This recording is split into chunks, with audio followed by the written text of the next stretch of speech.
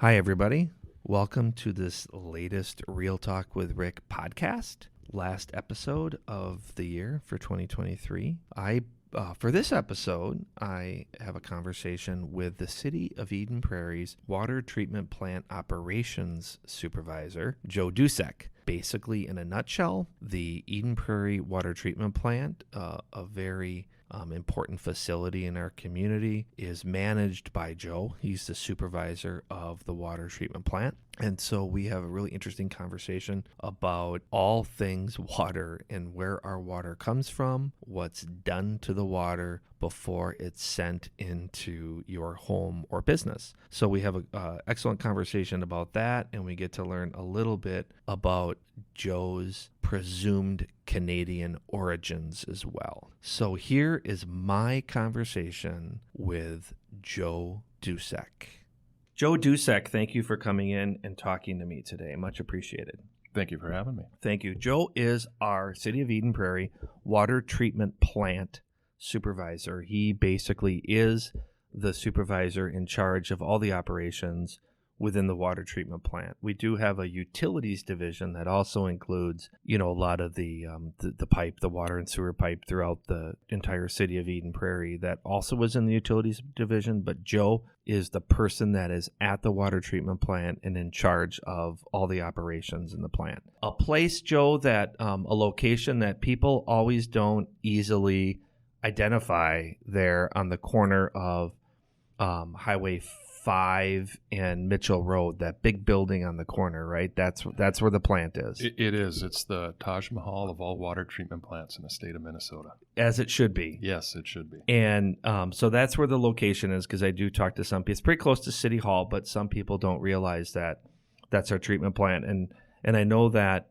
we also, it's not only that though, because I know we also are a major destination for college, school classes, right? We also have a pretty big footprint for that. Yeah, there used to be the St. Cloud Tech School that was at the Eden Prairie Water Plant. That was their satellite program. However, their numbers have dipped over the years, and they eliminated the satellite program at the Eden Prairie facility, which was unfortunate because we liked having the students come in there, and we would that was kind of our lifeline for our operators that we hire. Yeah, that is.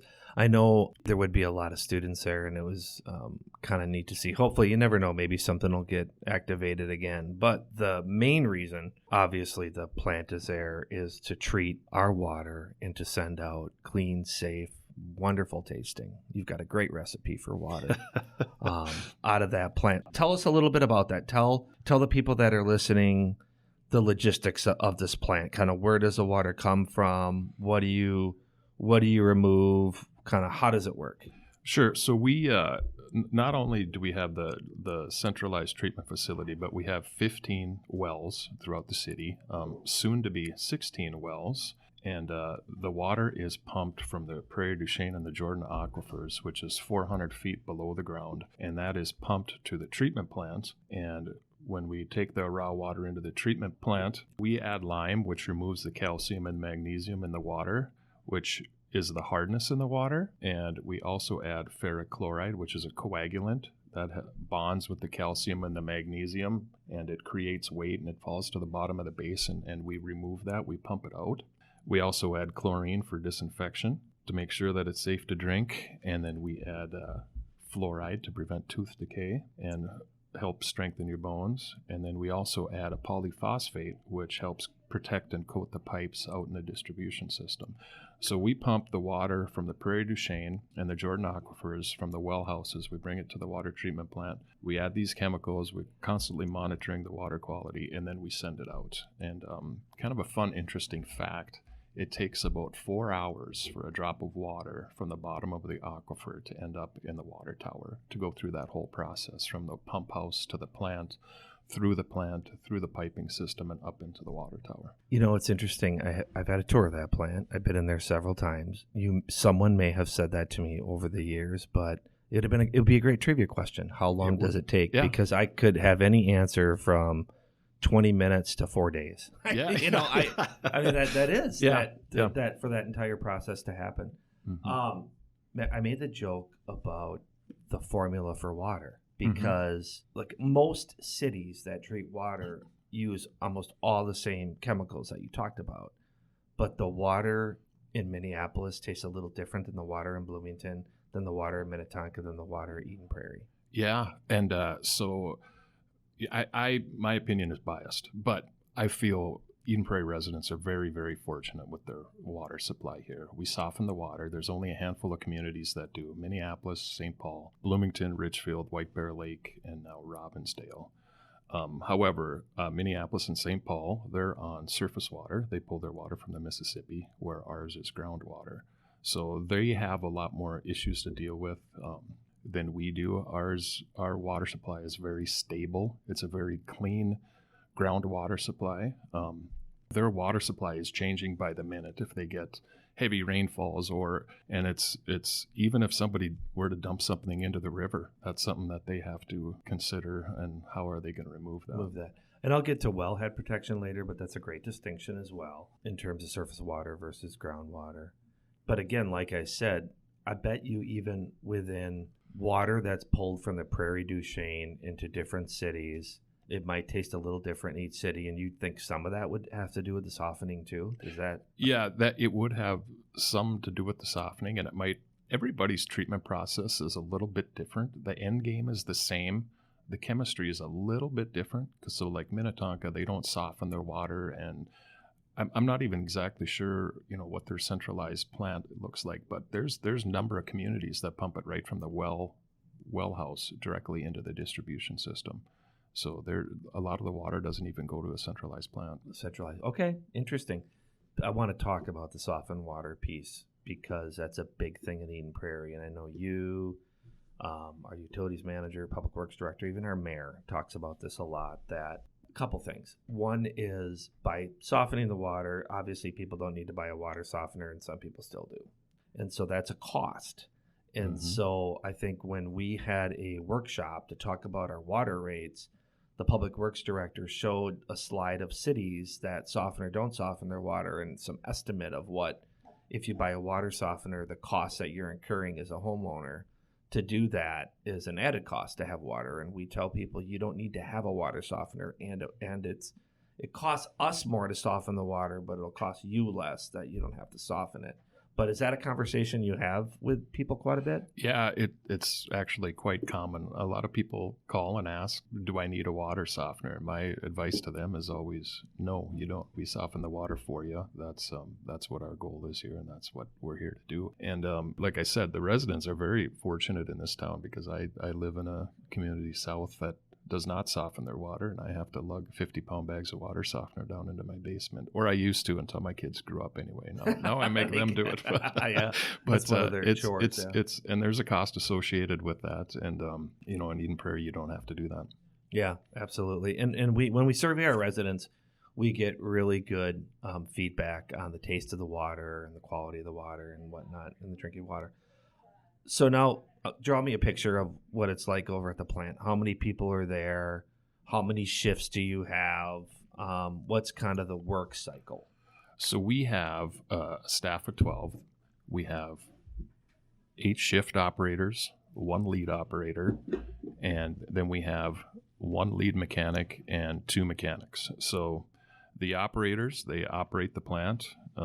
They're the ones that are constantly monitoring the water quality and calculating chemical dosages, making the necessary adjustments to make sure that our water quality, our finished water quality, is within the water quality parameters that we set. They do a lot of data recording, observing trends, and adjusting plant flow rates, and managing the water out in the distribution system to make sure we have adequate fire protection. And their shifts, they work 12-hour shifts, 4 days on, 4 days off. We have a first shift and a second shift. The first shift is 6 a.m. to 6 p.m. every day. And the second shift currently is noon to midnight. And that's the winter demand is a lot lower than summer demand, so we can kind of cut back on the hours. And then once summer rolls around, that second shift goes from 6 p.m. to 6 a.m., and we run around the clock. There is somebody staffed at the water treatment plant 365 days a year. And the mechanics, they're the ones that are constantly working on preventative and reactive maintenance on plant equipment, because there's a lot of plant equipment out there, as you have seen in your tours before. Mm-hmm. And we have a lot of redundancy on all the equipment, because we cannot shut down for a couple of days or weeks because we have no backup system. We got to make sure all of our equipment is fully operational, and that's what the mechanics do, and they all do a great job doing what they do. We talk about how public safety in Eden Prairie Police and Fire is a 24/7 operation. We have people on staff all the time for responding to 911 or any other emergency, but we also have that for our water plant. Mm-hmm. We have, obviously in other areas of the city, people are on call, but the water plant is staffed 24/7, so it's something people don't always think about. So I'm assuming you, Joe, when you were like in high school, you weren't telling all your friends and relatives that one day I'm going to supervise and run a water treatment plant. No, I wasn't even doing that in college. Yeah. I graduated college with a bachelor's degree in biology, and I was considering pursuing something into the area of wildlife management or fisheries biologist, and that was kind of the direction I wanted to go. But there was a position in my hometown that opened up for a water plant operator, and I just kind of on a whim applied for it and got offered the position. So I totally stumbled into this career field. Sure. What hometown? Grafton, North Dakota. North Dakota. And where is Grafton in relation to, let's say, like Fargo? We all know where Fargo is. So Grafton is 2 hours north of Fargo. So I am, if you picture the northeast corner of the state, I'm about 10 miles from Minnesota and about 30 from Canada. 30 miles from Canada. What's the closest Minnesota city 10 miles over the border then? It would either be Oslo, Minnesota, Stephen, Minnesota, or Hallock, Minnesota. Okay. One of those areas. I'm familiar with two of those cities. Yeah. I have no idea there's an Oslo, Minnesota. Yeah, there's an Oslo. Okay. Minnesota. There's 800 and some cities in the state of Minnesota. I'm proud of the fact, because I'm in city management or whatever, that I know a lot of them. Oslo's a new one. The other two I'm familiar with. Mm-hmm. So you go to college and you come back to your hometown to take that job at the water plant in your hometown. Yes, that is correct. And then what happens from there? Then obviously you stay in the field, but what happens? So I worked there for 3 years, and that's where I cut my teeth. And it's a small town, but we pulled water off of the Park River, which is the local river in the city of Grafton, and then also off of the Red River of the north. And I didn't realize this at the time, but there's the treatment technique and the sophistication with surface water compared to groundwater. There's a lot of chemistry involved, and I got such a great experience, and I had no idea about it at the time. And so anyway, I was 26, and I kind of wanted more than a 4,000 population town, and I was kind of looking around Fargo and Minneapolis area, and I applied for a job at the city of Richfield as a water plant operator, and I got offered the position there. So I moved down to Richfield and worked there for about 9 months. And they kind of had some goofy schedules and some other things going on there. And the city of Bloomington had an opening, and they just were in the process of revamping their plant and remodeling it and upgrading it. So I went to the city of Bloomington as an operator, and I operated there for about 9 or 10 years or so. And then I was promoted to a lab analyst, and I worked in the Tri-City lab and did a lot of more extensive water quality monitoring in that position. And then from there, the Eden Prairie water plant supervisor position came open. And, and here I am in a podcast with you, Rick, I guess. Yeah, Joe. And I'd say a little more than 10 years ago? 11. It was 2012 when I started. Yeah, I know you came soon after I did, about a year after. Going back to Grafton, you told me how big the city is. Like, what's their claim to fame? Like, what are they known for? It's a farming community. Okay. It's a lot of agriculture around there. There is a Marvin Windows. That's a big manufacturing place, and they have a state school up there as well for the handicapped. So that's a bigger one, but it's mostly agriculture. Okay. Yeah, I've heard of it, I'm familiar with it, but I mean, a city that size has probably got, a main street and a few businesses. Yeah, it seems like it's getting smaller every time I go back. But yeah, it's got a main street and a few downtown businesses and a couple of gas stations, a couple of churches, a couple of bars. And, as a couple of restaurants. As every city should. Yeah. So you have family back there? So you Yes, go back I do. there? Yes, I do. Okay. All right. How long of a drive is that then? 6 hours. Okay. Yeah, you can do that in an afternoon. You can do that in a day. Yeah, it's not too bad. It's all interstate. So, like right now, we're coming up on kind of Christmas, New Year's holiday. As we're taping this, so are you going back there this weekend or this week? I am not. I'm going to wait till after the first of the year. I got too many other things going on at home right now. So with the kids and different holidays, and so we're gonna go up there after the New Year. Got it. When you came to Richfield, was that your first time in Minnesota? No. Or in terms of living or working in Minnesota? Yes, as far as living and working. You had visited before. Yeah. Yep. Exactly. But in terms of where you were in North Dakota, it was like if I want kind of a bigger operation, bigger city, it's like the Minneapolis metropolitan area. Yep, exactly. Yep. Okay. Yep. So. And then, so Richfield, Bloomington, and then here. So what's like a typical day for you here? So a typical day, when I get in, I always check the previous day's numbers. I'll check, our pH levels, our water hardness, look at the pumping reports, look at any shift notes that the operators or the mechanics had from previous day, check in with the guys, see if there's any issues around the plant, check in with the operators, check in with the mechanics, check in with Rick, and just address any issues that happened the day before, kind of look at the trends and look at the weather to see if we have any hot or weather coming or if there's rain coming, because that has a huge impact on our daily production. And then from there, I'll work on any projects I have at the time, whether it's a rehab in a well or a high service pump or, any other equipment upgrades that we have going on in the plant. Yeah, and I know this probably sounds obvious. People can talk about rain, winter demand, summer demand, and I know this from working here, but when it's summer and it's dry, you guys are like pumping a lot of water because people do irrigation and they water their yards. So we say winter demand, summer demand. Right now we're in winter demand, but it's kind of a big deal in the summer if it's dry, right? Yeah. So just to give you an idea, right now the city's using about 4 million gallons a day. And our biggest day in 2023 was 18 million gallons. So that's almost 4.5 times more. Yeah. And in the summer, we that plant is pushing a lot of water through there on a daily basis.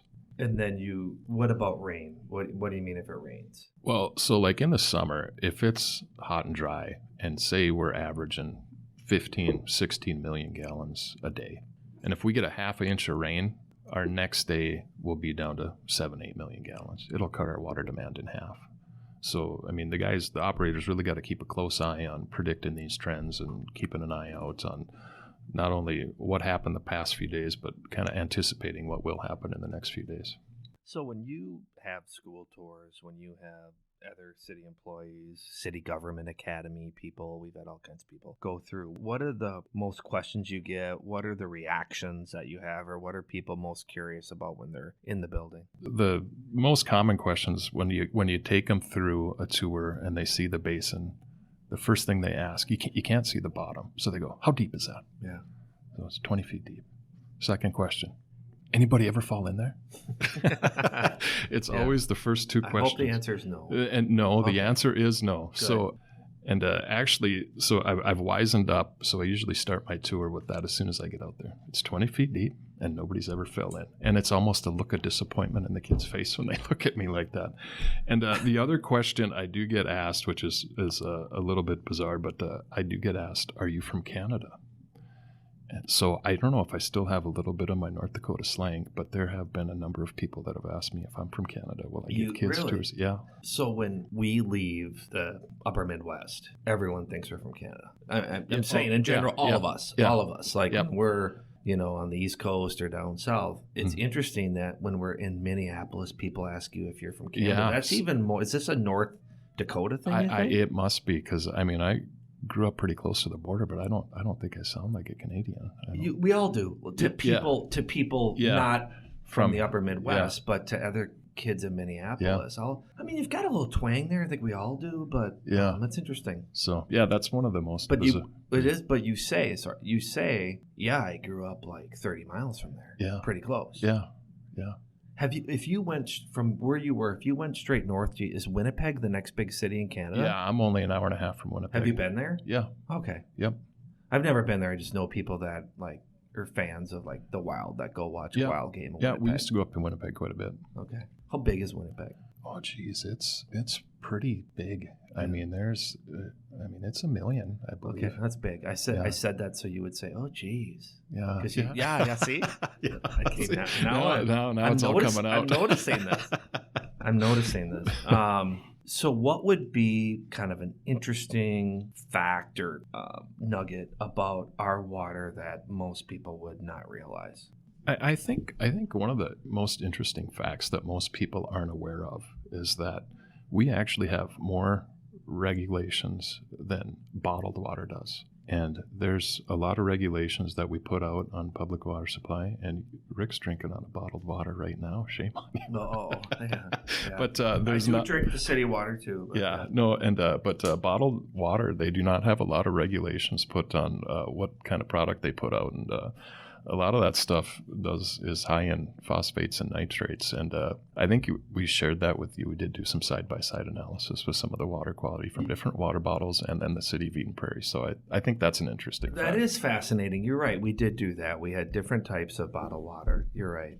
What about, and there are, I don't know if it was Houston, Texas. I can't remember where, but wasn't there a thing where some cities were bottling their city-treated water and then selling it? Yeah, there is. I think there's a number. Why do you even think? Is it Candy, Ohio Springs does that? Yeah.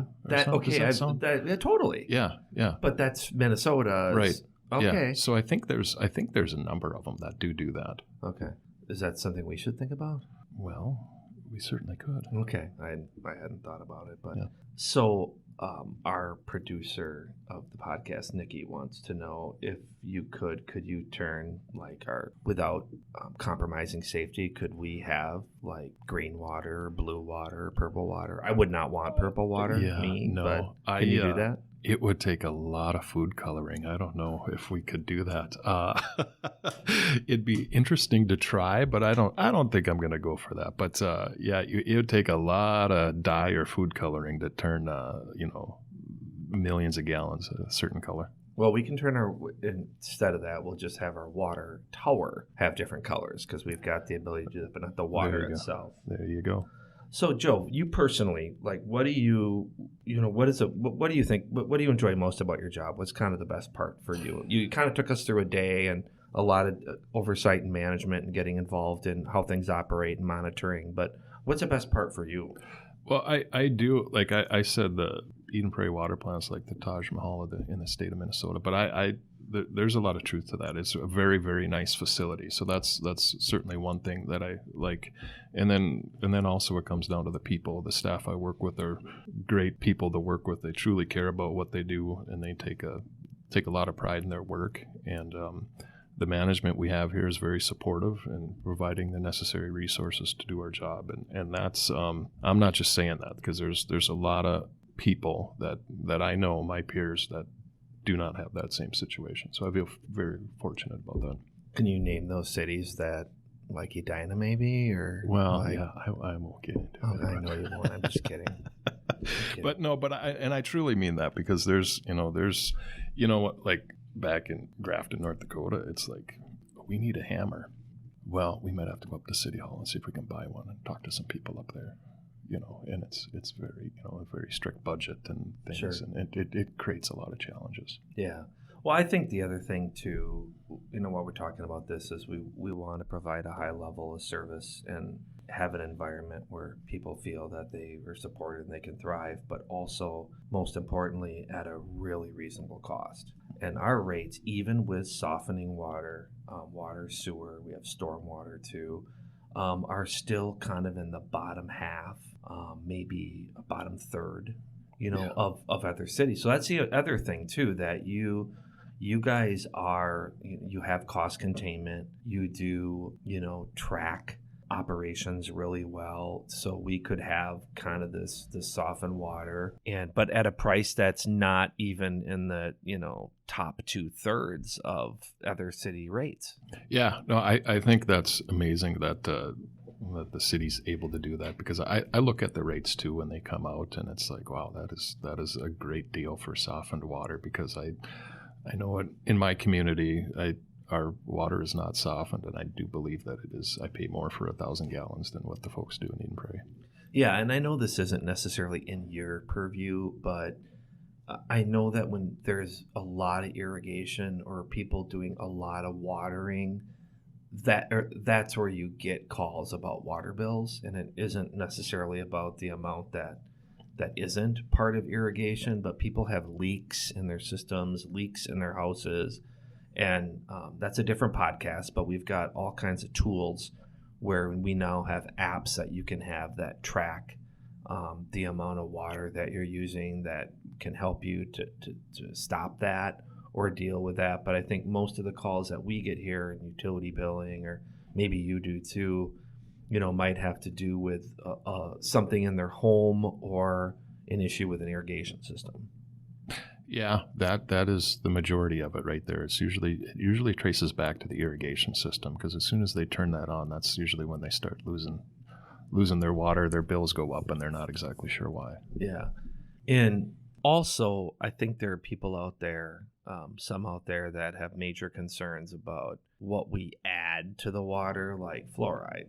And so this is your chance right now to kind of debunk that kind of theory or issue about fluoride or anything we add to the water that like messes with people. Yeah, so I've taken numerous calls on this before, and the one thing, well, the most important thing is that we're required to add it. The state of Minnesota, the Minnesota Department of Health requires us to add it. If we did not add fluoride, we would go out of compliance and we would be fined, or even worse, I'm not sure, but they require us to add it. We add our finished water is about 0.7 parts per million, which is a drop of a water in a swimming pool. I mean, it's a very small amount, but the evidence is there that it prevents tooth decay and helps strengthen bones, and so we're going to continue doing so unless directed otherwise by the state. I mean, not that if the state didn't require, we'd probably still do it, but that's a good point. If you ever get those calls outside of work, outside of Eden Prairie, what are some of the other things that you like doing? What else do you do outside of work? So I like going up north fishing and camping, and I like spending a Saturday or a Sunday on the St. Croix River boating. I'm not too far from there, so that's kind of a fun way to spend a day. And I like spending time with my kids and my family, and enjoying the outdoors. Yeah. So the St. Croix, do you have a boat that you keep? Yeah. Yep. Do you keep out there? No, not keep out there. I trailer it back and forth. Got it. And then you talked about the kids, like hauling the water softening stuff. How old are they? The oldest one is 17, and my younger one is 14. Okay, so we're in high school, and we're getting toward high school. Yeah. And all the excitement that comes with that. So, what's your advice for parenting boys that age? Oh boy, I don't know. I'm still trying to figure that out, I guess. Yeah. If somebody's got advice for me, let me know. Yeah. I don't know. I have all girls, so I don't. No, they're good kids for the most part, but they have their moments, of course. Oh, so, do they? Yeah. Well, when they get smarter than dad, they know more than you at this point. So they get smarter than you at about age 12 or 13, and it stays that way until their mid-20s. Does it change back? At times. Okay. Yeah, at times you got about ways to go though. Just when they need something. Yeah. Well, that's all the time. But. No, Joe, I appreciate you coming on and sharing with us a little bit about yourself, talking about the water treatment plant. Again, it's something that is one of the most important things in any community or any city is excellent, safe, high-quality drinking water, and that's something that we have here. And you're the person that makes that happen with all the other staff over there. They do a great job as well. You mentioned Rick. There's a different Rick, not the Rick me that manages a division, and we appreciate all that he does too. But, thanks for coming in. I don't know if you have, I'll give you the last word if you have anything to say before we wrap it up here. No, I'm good. Thanks for having me. But like I said, I feel the residents here in Eden Prairie are very, very fortunate. Get softened water, and it's a high quality water at an affordable price. Thanks, Joe. Thank you.